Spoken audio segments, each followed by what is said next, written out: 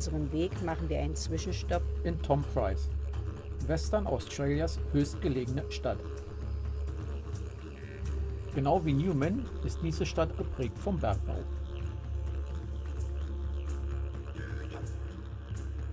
Hier erledigen wir Dinge wie zur Post gehen, einkaufen und tanken, bevor wir dann unseren Weg wieder fortsetzen.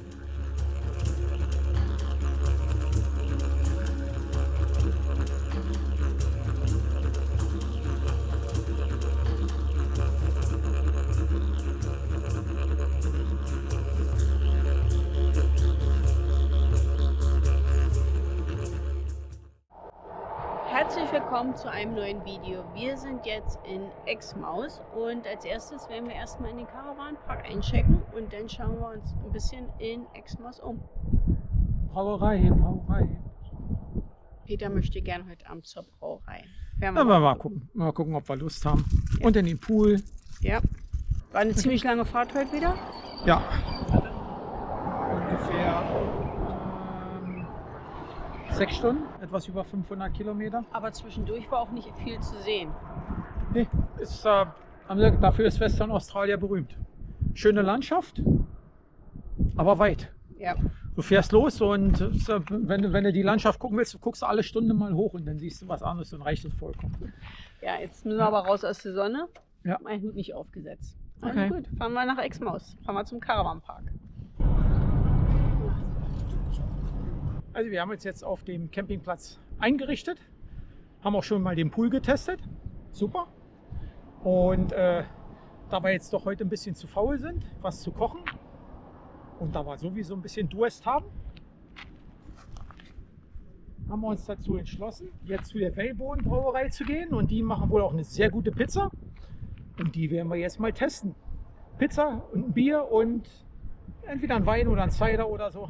Das Gute ist, wir können laufen. Ist wirklich bloß 10 Minuten vom Campingplatz weg.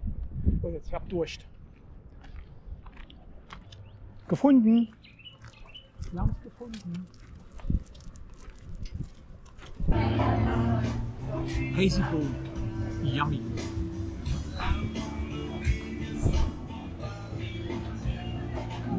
Schmeckt gut. Schön frisch, schöner frisch.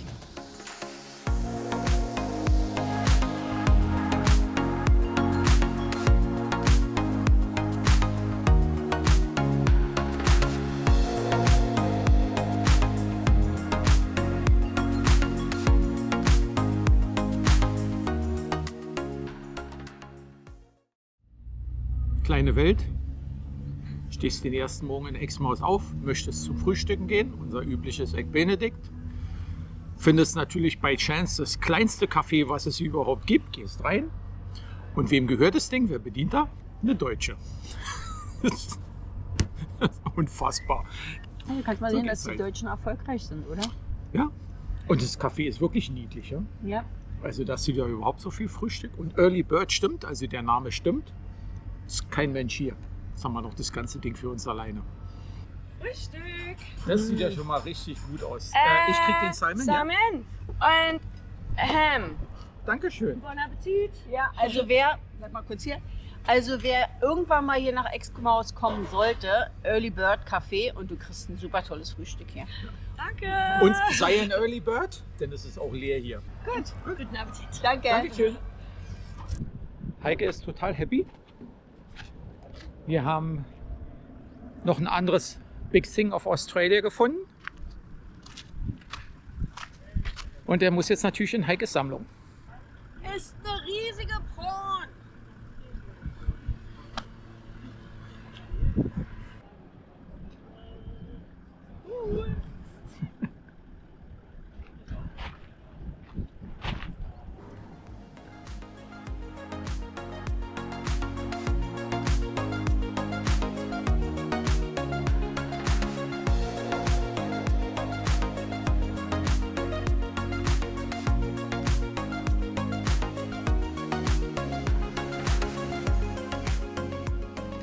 Unser Aufenthalt hier in Exmouth und am Ningaluri mussten wir planen, weil auf der Halbinsel gibt es keinerlei freie Campingplätze und die Gegend hier ist wirklich populär. Und Campingplätze sind hier ziemlich schnell ausgebucht. Normalerweise sagen sie immer, du sollst Monate im Vorher buchen. Also ich habe keine Ahnung, was der da macht. Wo war ich stehen geblieben? Ningaloo muss man Monate im Voraus planen und buchen. Wenn man aber nicht weiß, wann man genau hier ist, macht sich das relativ schlecht. Wir haben dann trotzdem hier noch einen Platz auf dem Royal Automobil Club gefunden. Und der Caravan-Park hier ist eigentlich recht schön. Die Plätze sind hier richtig großzügig und wir haben auch wieder mal Glück. Wir stehen am Ende, also wir haben nur von 2 Seiten Nachbarn, nicht von hinten. Und die Straße vor uns ist extra breit, sodass sich 2 Fahrzeuge begegnen können. Normalerweise sind die immer bloß einspurig. Die hier ist jetzt zweispurig und gibt uns natürlich wunderschöne Rangiermöglichkeiten. Am Dienstagmorgen werden wir dann diesen Platz hier verlassen und werden dann weiterreisen zum Ningaloo Reef. Und da haben wir jetzt auch einen Campground gebucht, der noch relativ frei ist. Der ist aber nur deswegen frei gewesen, weil die Zugangsstraße gesperrt war und jetzt erst geöffnet wurde. Und demzufolge konnte man jetzt auch die Campground-Plätze buchen, was wir getan haben. Und da werden wir dann auch nochmal Training.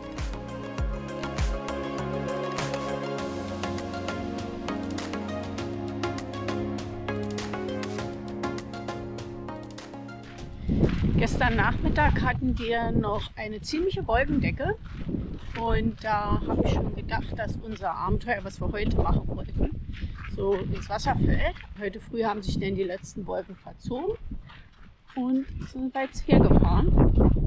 Da hinten ist doch noch ein bisschen dunkle Wolken, also ist mal gut, wenn wir jetzt gehen. Hier oder Ostsee? Hier.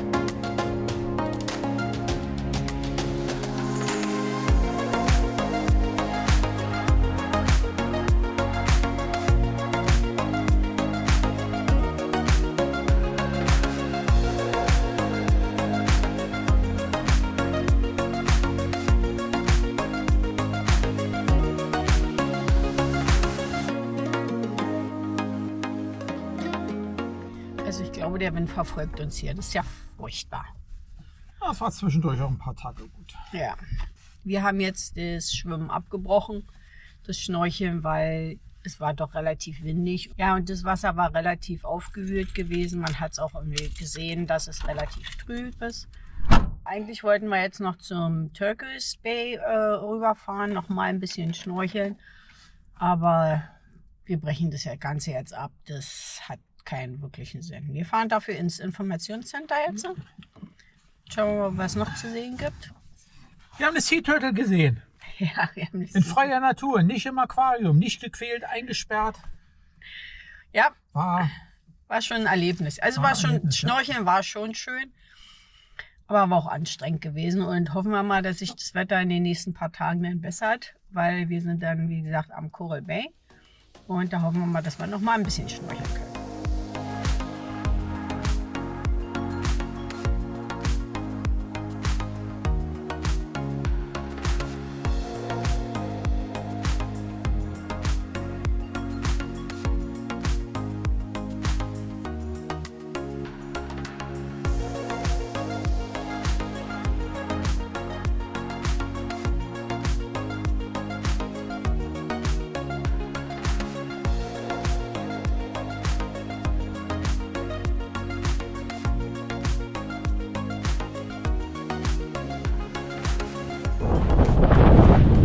Sorry, Vorsitzender, Neues.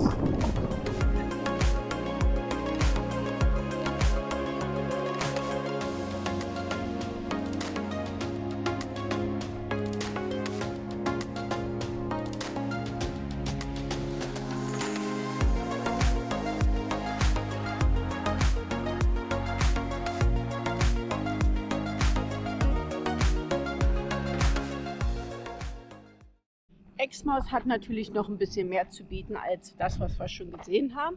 Da kann man zum Beispiel noch durch einen Canyon gehen oder eine Gorge, aber nachdem wir jetzt den Caribbean Nationalpark gemacht haben, glaube ich nicht, dass ich Peter dazu gebracht hätte, noch ein bisschen mehr zu laufen. So sind wir heute früh denn aus Exmouth rausgefahren. Wir haben noch schnell ein bisschen unseren Caravan, unser Auto gewaschen, waren dann noch tanken und haben dann auch die letzte aus der Abfahrtzeit mitgenommen und sind jetzt ein Stückchen südlich gefahren und jetzt sind wir an der Ningaloo Coast. Und da das jetzt zum Strand runter geht, müssen wir jetzt wieder den Reifenluftdruck runterlassen. Und Peter liebt diese Aufgabe, besonders nachher das Aufpumpen. Das ist das erste Mal, dass wir jetzt Beachsand fahren, oder? Ja, ist ja nicht wirklich Beachsand. Mal gucken. Sandfahren ist immer ein bisschen tricky. Und jetzt müssen wir noch 26 Kilometer. Und Google Maps gibt uns dafür 42 Minuten. Ja, das heißt schon was. Das heißt eine halbe Stunde. Das heißt, der rechnet damit, dass wir mit 50 Stundenkilometer fahren. Glaube ich nicht. Wieso, willst du schneller fahren? Nee, ich glaube nicht, dass wir so schnell fahren. Weißt du ja nicht. Okay, auf geht's. Die ersten Kilometer hier sind die Waschbrettstraße vom Feinsten. Und erschwerend kommt dann jetzt auch noch mit dazu, dass wir Kühe an der Straßenseite zu stehen haben. Also nicht nur, dass man jetzt auf die Grillen achten muss, nur auch gucken, dass uns nicht so ein dummeliges Vieh vor die Motorhaube läuft. Und ich weiß, du magst diese Straßen, richtig? Ja, super.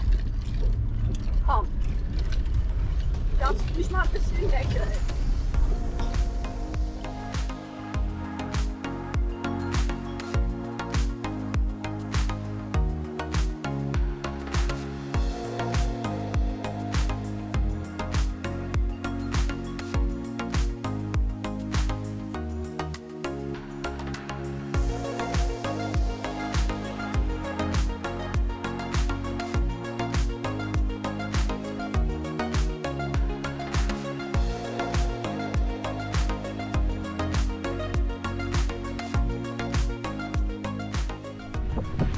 Boah. Du kannst für Schwimmen und Schnorcheln. Aber es ist relativ Wellen war wegen dem Wind im Moment.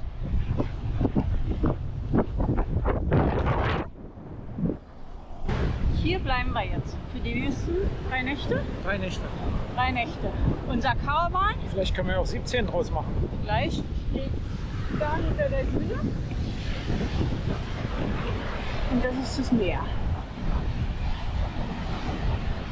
Wow. Wow.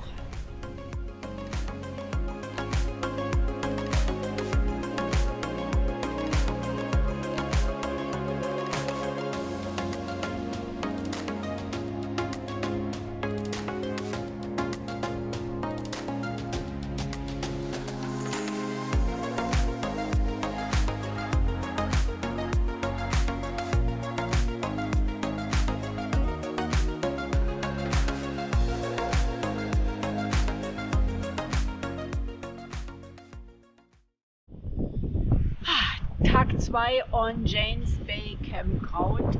Die Nacht war ziemlich windig, das hat richtig unseren Wohnwagen durchgeschüttelt. Im Grunde genommen bin ich froh, dass wir hinter der Düne stehen. Viele Leute sagen, Campingplatz hinter der Düne, man kann gar nicht das Meer sehen. Ich bin eigentlich froh darüber, weil das nimmt doch etwas Wind weg, wenn es denn windig ist. Und eigentlich wollten wir ja heute schnorcheln gehen, aber immer noch ziemlich viel Wind und die Wellen sind relativ hoch. Und gucken, ob wir ein paar niedrige finden, haben wir heute einfach einen ausgedehnten Strandspaziergang gemacht. Wir haben auch eine Stelle gefunden, wo man dann so ein bisschen schwimmen konnte, aber wir haben dann doch ziemlich schnell aufgegeben. Und Also schwimmen ging, wir sind ins Wasser gekommen, aber Schnorcheln konntest du vergessen. ja, war ziemlich hart. Und wir haben noch mehr gefunden und das hole ich jetzt mal. Kannst du mal halten? Warte, das so? Ha?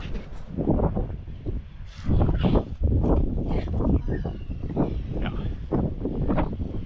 Das ist unsere Ausbeute an Müll, Ja. den wir am Strand aufgelesen haben. Und eigentlich sollte es ein recht sauberer Strand sein. Der ist auch sauber. Er sah relativ sauber aus. Aber wenn man halt beim Vorbeilaufen mal genau hinguckt, dann sieht man das. Und vor allen Dingen, wir haben hier am Strand sehr, sehr viele Schildkröten gesehen, die alle gerade hier sind zum Maten und zum Eier ablegen. Ja, Paarungszeit ist gerade. Und da haben wir natürlich den ganzen Sack voll mit diesen kleinen Plastikstücken, die aussehen wie Quallen, Ja. was ihr Lieblingsfutter ist. Wir sind natürlich wieder die Bekloppten, weil wir lassen sowas nicht liegen. Wenn wir was sehen, dann nehmen wir es mit. Wir mussten extra einen Flossenbeutel leer räumen, weil es so viel geworden ist, dass wir es nicht mehr in die Tasche stecken konnten. Vieles von dem ist, so wie wir gesehen haben, Anglerzubehör. Das heißt, die Leute, die immer angeln gehen und ja eigentlich auf Natur bewusst sein müssen, von denen finden wir dann die Tüten, wo ihre Köder drin waren, wo die Angelhaken drin waren. Und die Tüten, die liegen dann hier überall am Strand. Und das andere ist natürlich klar, Fischernetze und so eine Nylonseile und so. Also wir haben jetzt alles mitgenommen, was wir gefunden haben. Wir machen jetzt natürlich wieder das Richtige. Wir haben wie immer unsere Säcke im Auto.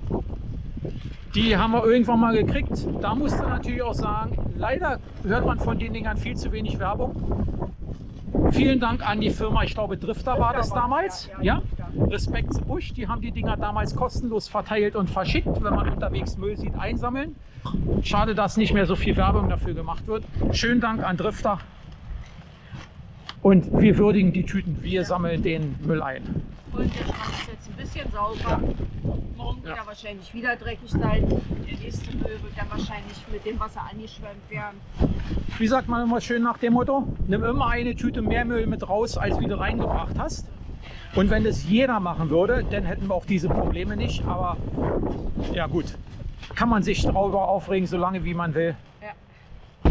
So, der kommt jetzt in unseren guten Beutel. Wir nehmen es mit und ihr entsorgt es dann vernünftig.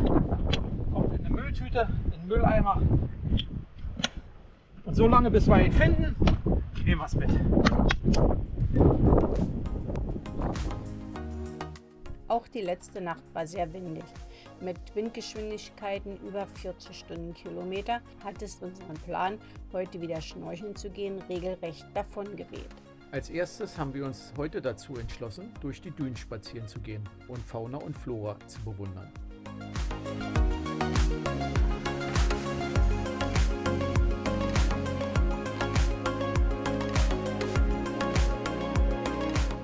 Zurück am Strand schauen wir erstmal nach, ob unsere Nachbarn zu Hause sind. Und wir sehen eine Schildkröte vor uns ins Wasser flüchten.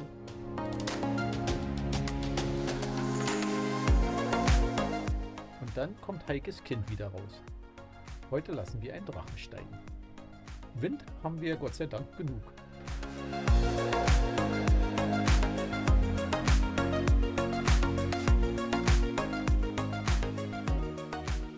Das war's für diese Woche. Leider war es ein bisschen windig gewesen.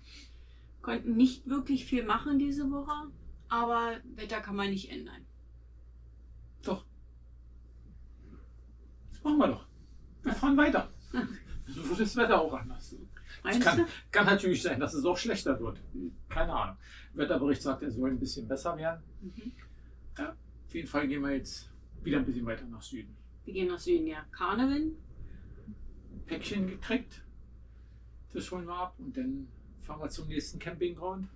Hoffentlich mit Schnorcheln, wenn das Wetter mitspielt. Schauen wir mal.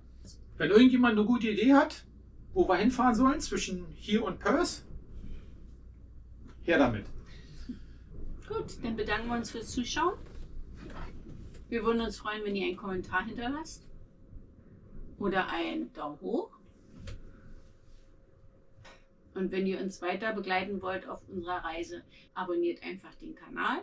Ansonsten sagen wir Tschüss, bis zum nächsten Mal. Tschüss. Bye.